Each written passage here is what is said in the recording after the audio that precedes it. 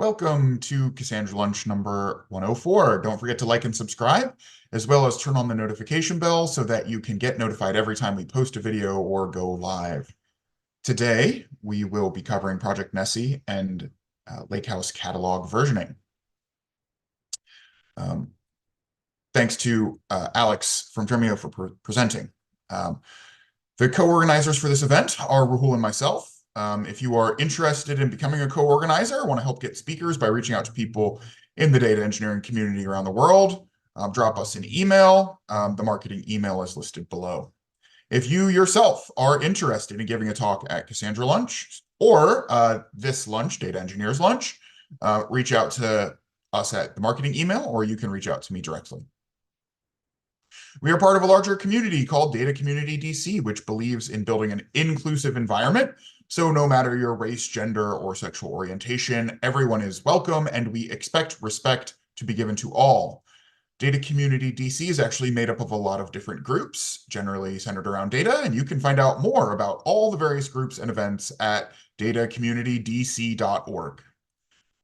What do we cover here at Data Engineers Lunch? We cover all things that are talk and play data, from ingress to egress of data and everything in between. We talk about ecosystems and tools and everything around the universe of data engineering. If there is anyone that would like to say hi or what brought you here, please post a message in the chat. Since you're watching on YouTube, don't forget to like and subscribe. And turn on the notification bell so that you can get notified every time we post a video or go live. We have a few simple rules. If you have a question, ask it. Please be polite and courteous to others and share what you know. Here at Anant, we design, build, and manage global real-time data and analytics platforms surrounding Cassandra, Spark, and Kafka. So Cassandra is our bread and butter. DataStax is a great sponsor and partner. We also sponsor with George Washington University and a lot of institutional and organizational sponsors. If anyone has any job offers, you're looking for a job, drop links. If you want to promote a hackathon, a meetup, a class, or a conference, feel free to post those links in the chat as well. We are currently hosting a partner lunch, Cassandra Lunch on Thursdays. If you would like to learn more about that lunch or present, please, again, reach out to us at marketing@anant.us. All of our videos are available on YouTube, starting with Data Engineers Lunch, I think number 10. And if you want to check out our most recent runbook, you can do so here. All right, with that, I would like to pass to Alex, who's going to be presenting for us today. Hey, everybody. Welcome once again. Here I am at Anand's Data Engineering Lunch. Looking forward to presenting you some data about the Data Lakehouse. Okay, so again, today we're going to be talking about Project Nessie and Lakehouse catalog versioning. Again, my name is Alex Merced. First, a little bit about myself for those who might be meeting me for the first time. I'm a developer advocate for Dremio. I've worked in the web and data spaces all over the place, whether at companies like GenEd Systems, Crossfield Digital, Campus Guard, General Assembly. I'm one of the co-authors of the upcoming O'Reilly book, Apache Iceberg, the definitive guide, which will show you how to get a free early copy in just a moment.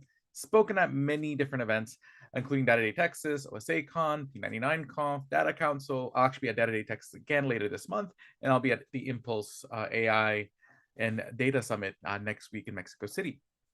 I'm a host of several podcasts, Data Nation, Web Dev 101, and more. You'll see those in just a moment. And I like, writing fun libraries to help, working with different things like working with the Dremio Data Lakehouse. I wrote a library called Dremio Simple Query to make it easier to query Dremio Cloud using Apache Arrow. That's over there in the PyPy repository. But again, Apache Iceberg, one of the topics I spend a lot of time talking about. The book, it's on the way now. The final text has been written. So hopefully later this year, the final copy will be released on store shelves. So you can get a physical copy. But right now, you can get yourself an early release PDF by just scanning that QR code right there. So yeah, please do so. It's a pretty cool tome, especially if you're looking to develop a data lakehouse for many of the reasons I'm going to talk about in this presentation. This is going to be a really great resource to help you how to do that. Also, as I mentioned, I'm the host of several podcasts. These are those podcasts which you can subscribe to on Spotify and iTunes, including Gnarly Data Waves, which is a weekly broadcast from Dremio, in the grand schema of things, which is one of my 3 data podcasts, in the grand scheme of things, Data Nation and Select Star from Data Lake, where I talk about different data topics, and it's mostly like a data education type approach. So do check those out. But again, today I'm talking about Nessie. And so if you find what I'm talking about in today's presentation interesting, what I recommend doing is scanning this QR code, and I'll make sure I'll bring it back up at the end. But it's going to take you through an exercise where you can get hands-on using Docker on your laptop with things like Apache Spark, Dremio, Nessie, to actually see what that whole data lakehouse implementation would look like, end-to-end, ingest data, query data, deliver the data, the whole sort of end-to-end solution, what it would look like right there on your laptop, so you can experience it firsthand. But with that, let's just talk about what is a data lakehouse to begin with. Why do I keep saying this word? Okay, but bottom line is this.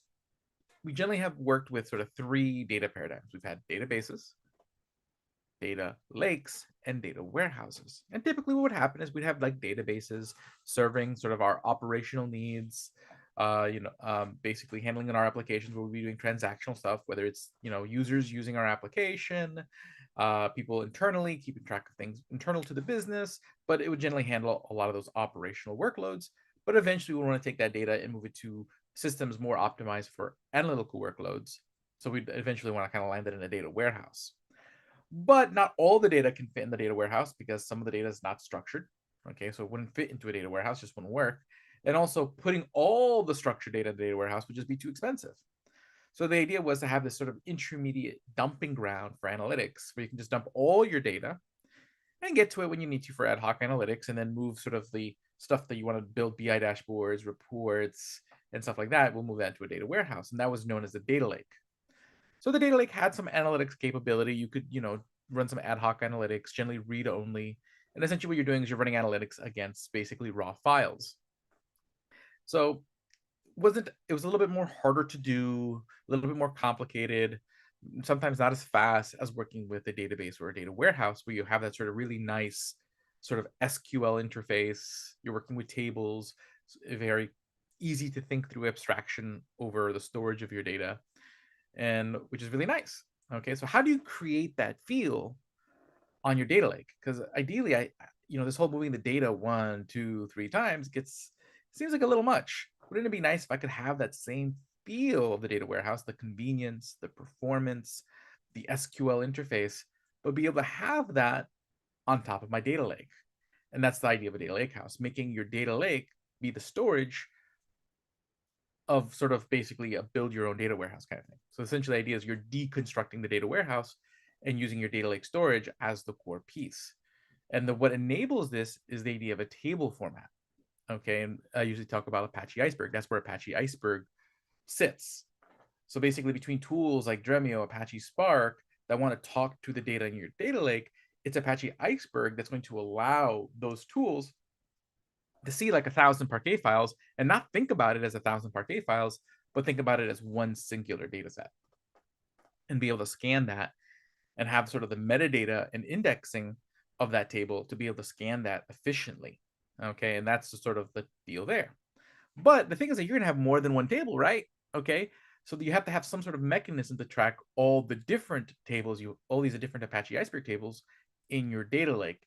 And that mechanism is a catalog. So a catalog would track, okay, these are the tables that you have in your data lake and where they can be found.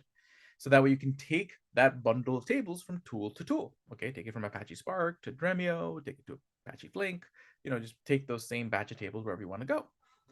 Okay, and that's where sort of Nessie fits in. It's a catalog. And Nessie not only fits in as a catalog, allowing you to bring your tables from tool to tool, but it is also taking it a step further by introducing and latching onto this new trend of data as code.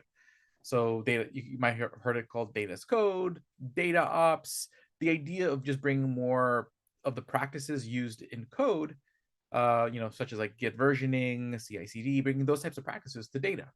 Okay. And essentially one of the key aspects of data as code is versioning. So the idea that every time we make changes to our data, we capture that as a commit. And then basically our history of data changes, kind of like a history of code changes, becomes a commit history that can be branched, that can be tagged, that those branches can then be merged back into other branches, all those same activities that you expect usually with Git with code, but bringing that to the data. And there's been different approaches to this, whether it's doing versioning at the file level, versioning at the table level. But what Nessie does, it does versioning at the catalog level. Okay. But in general, the benefits of just versioning of any type is one, isolation. Because oftentimes, if I'm doing work on my data, there's sometimes work I want to do on that data, which might be ingestion work, experimental work, that I just don't want to expose to everybody else. So I can create a branch, work on my data without those changes being visible by other people querying sort of the mainline production branch. No copy experimentation. Oftentimes, when we want to create like an experimental environment to test certain things out or experiment, oftentimes you create a whole copy of the whole data environment so that way you can isolate it.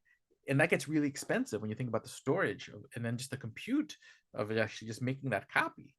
Okay, so oftentimes that gets really expensive. But with versioning, you can create different branches that are not copies. They're just different chains of changes.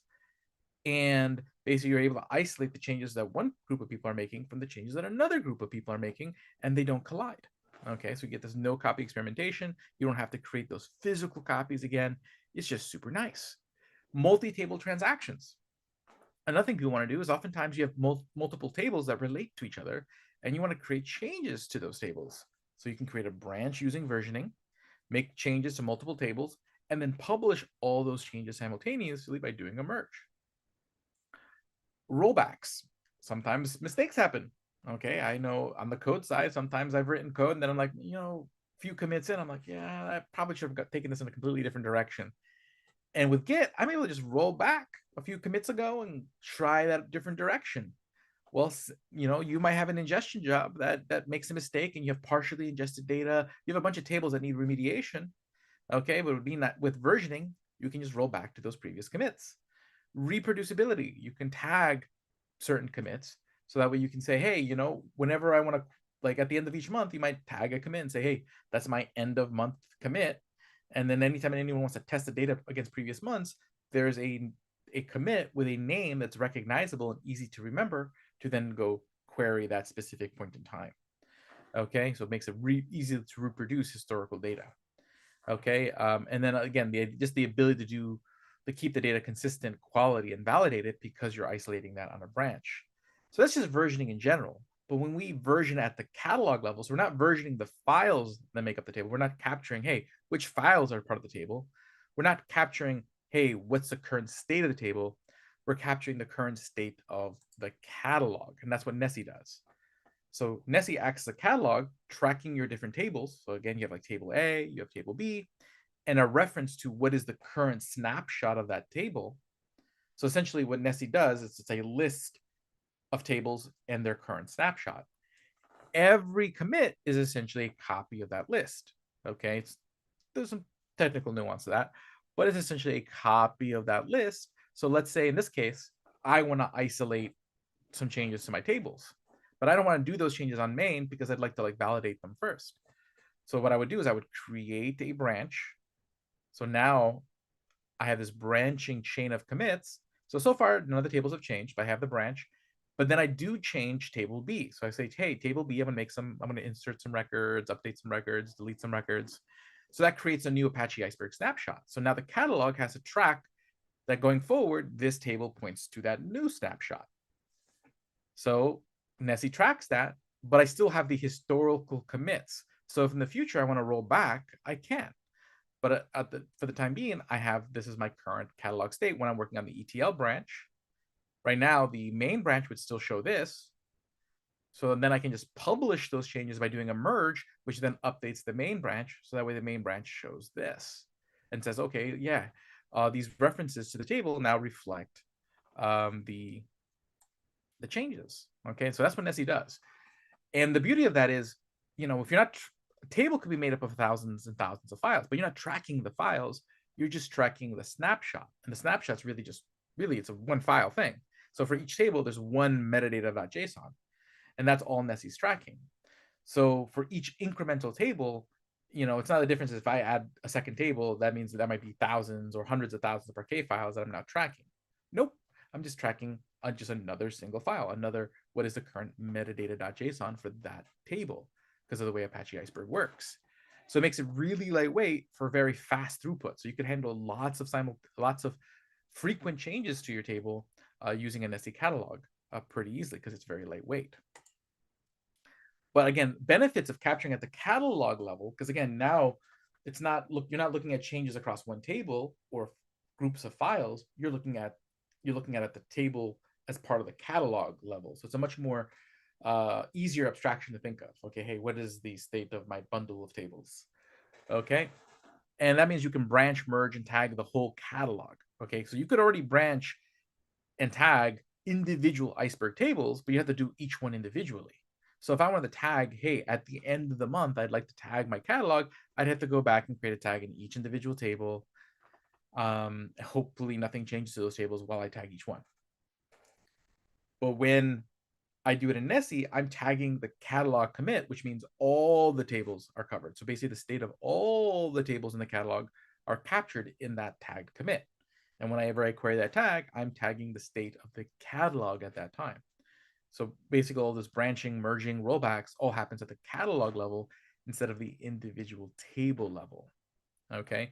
Another nice thing about about Nessie is that Nessie is open source. Okay, so essentially you can create your own Nessie server, you can deploy it, and right now, basically, Nessie is the only open source catalog implementation that's built for Apache Iceberg. Like right now, if you want to have a catalog for Apache Iceberg tables, you can use a database like any run-of-the-mill database with the JDBC catalog.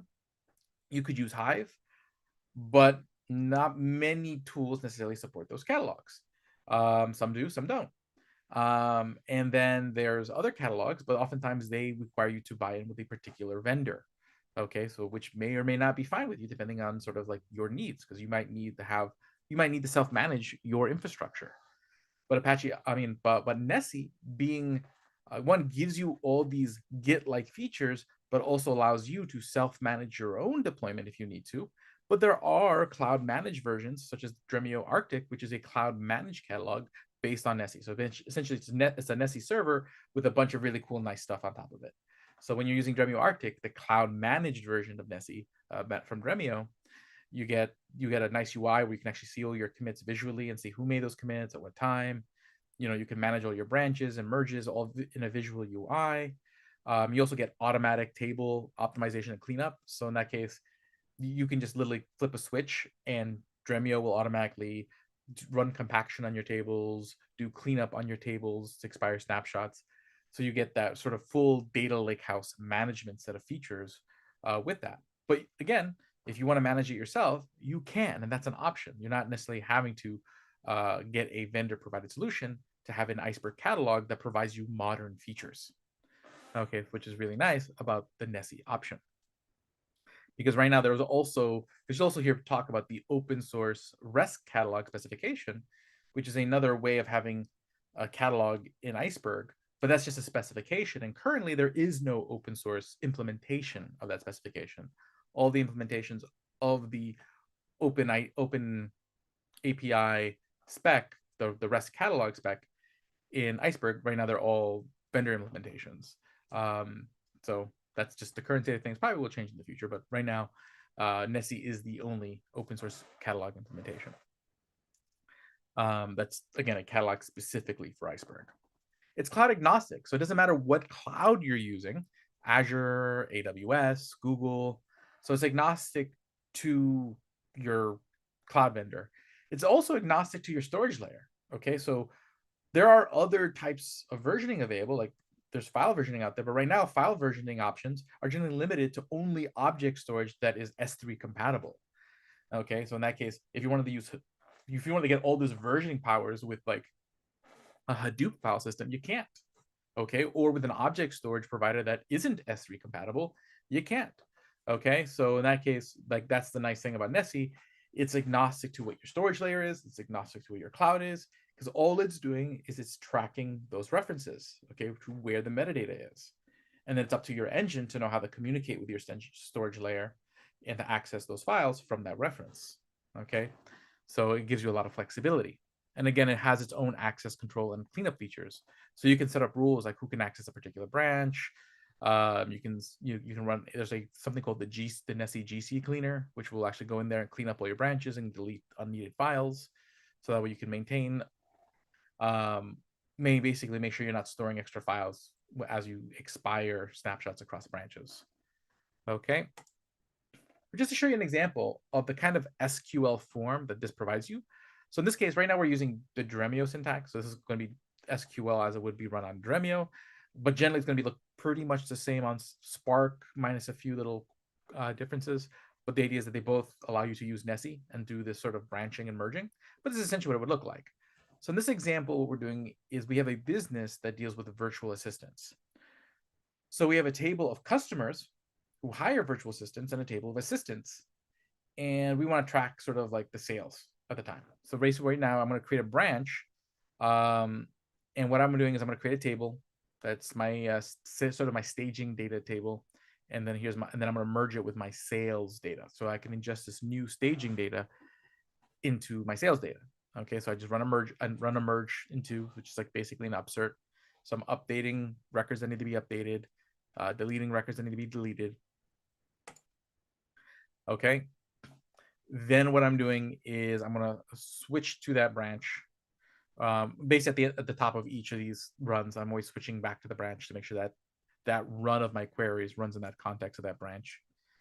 Okay. And in this situation, what I'm doing is I'm going to do a referential integrity check, because again, I'm trying to validate my data before I publish it.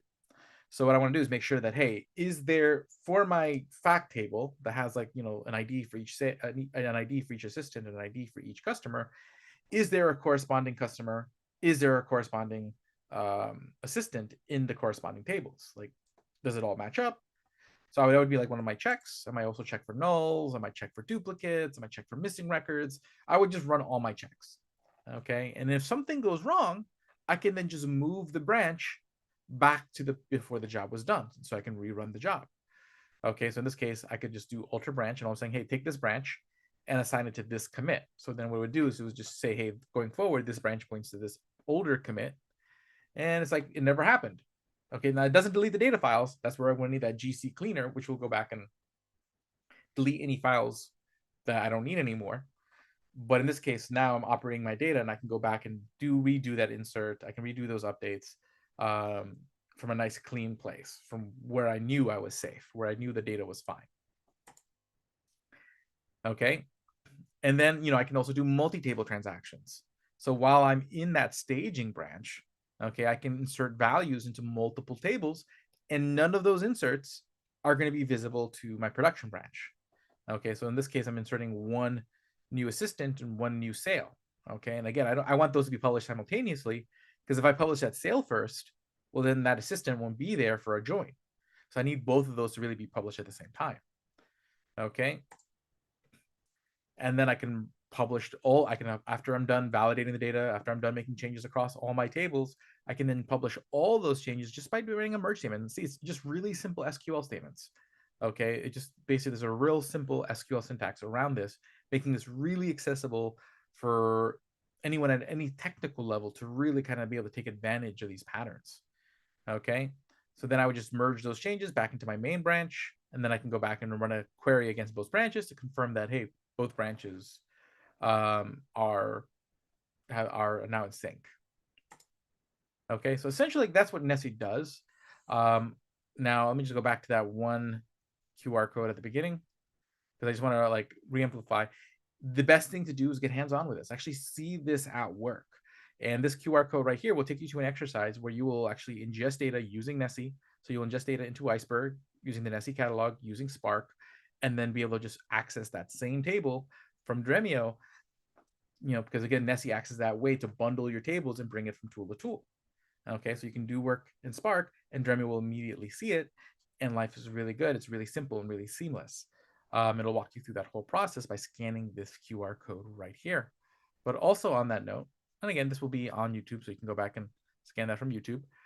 But again, also make sure to follow me on Twitter at @amdata_lakehouse. Right now, I'm posting a video every day showing off different Dremio features. So do follow. They'll catch those 2-3 minute videos every day. Also subscribe to my podcasts over here on iTunes or Spotify. So these are those shows. Okay. And last, I would always love feedback on how you felt about the presentation. Do you feel like this covered information that you want to know? And next time I do this presentation somewhere, what would you like to see covered? What other presentations would you like to see me prepare and do at future events that I speak at? I would love that feedback. Scan that QR code. Tell me what you think. And with that, again, thank you so much for always having me here at the Announced Data Engineers Lunch. And yeah, thank you. And I'll take any questions. Great. Thank you. I went and checked out the website that you linked earlier with the QR code. It looks like a really helpful intro into getting your hands dirty with all these resources. That looks great. If you could go back to slide 11, I did have a question too. Okay. So basically in these code pieces or in these code excerpts here, you can see pretty clearly that this is like SQL style pretty directly. Mm-hmm. Um, but I was wondering, so when you go to do something like merge code, right, or Mm-hmm. merge data, um, what are some like data overlap or accidental overwriting issues that happen, and how does Nessie handle that? Well, I mean, one thing may happen is that let's say, like for example, if in a standard merge statement like this, or merge Mm, into statement, be more specific, what may happen is that I might have multiple records of the same ID in the staging data by accident somehow. yeah. So then what happens so in this case, the way it's written is that anytime it matches based on the ID, so it takes a look at the staging data, matches that Mhm. ID. If it's matched, it's going to do an update. So if there's two records with that same ID in the staging data, it's going to update twice, and the second one's going to be sort of the changes. So in that case, I might not. That might be a mistake. Maybe one of those actually represented record 11, but it said one. Something went wrong in the input. So what I would do is that during my data validations, I might catch that, and essentially the remedy would be to just roll back my catalog, and then I can either, if it's just one record, I might just manually fix it. But if it's a more systemic problem where it's like, okay, hey, this is the whole job is just kind of gone bust, I might roll back my catalog and rerun the job after I've cleaned up whatever went wrong with the job. And then that way, instead of me having to like find every record and fix every record individually and spend the whole weekend backfilling this data, I can just essentially say, okay, hey, let me go back to when I knew when things were okay. I've cleaned up the code. I see where the mistake was in my original code for this particular ETL job. I've cleaned that up. I ran a quick test on it. Let me run this again, and I just move forward. So in that case, it just saves a lot of that, because often, like basically, usually the alternative would be either you were to create a separate staging environment, so you'd have to create a whole copy of your data, then update it, and then swap it out. So you'd like have this like dual copies while you ingested your data, or you would just ingest right into production, which then you would expose bad data to production. This kind of squares away both of those, where you don't have to make a copy to isolate, but you don't have to necessarily expose all your data to production either. So, and you're actually Yeah. working directly with your production tables. Okay. I mean, it sounds like that a mistake like that is sort of what this workflow is designed for. Yeah. This basically makes a lot of those things, like there's ways to deal with those in other paradigms, but there hasn't really been a great way to deal with that in like the data lakehouse paradigm. And the idea is that people want to really kind of gravitate their data more and more on the data lakehouse, so that way they don't have to have as many duplicates. Having something like Nessie, one really makes it possible to take those data lakehouse tables, the Apache Iceberg tables, make them one portable and two easy to manage, because you do have those like features.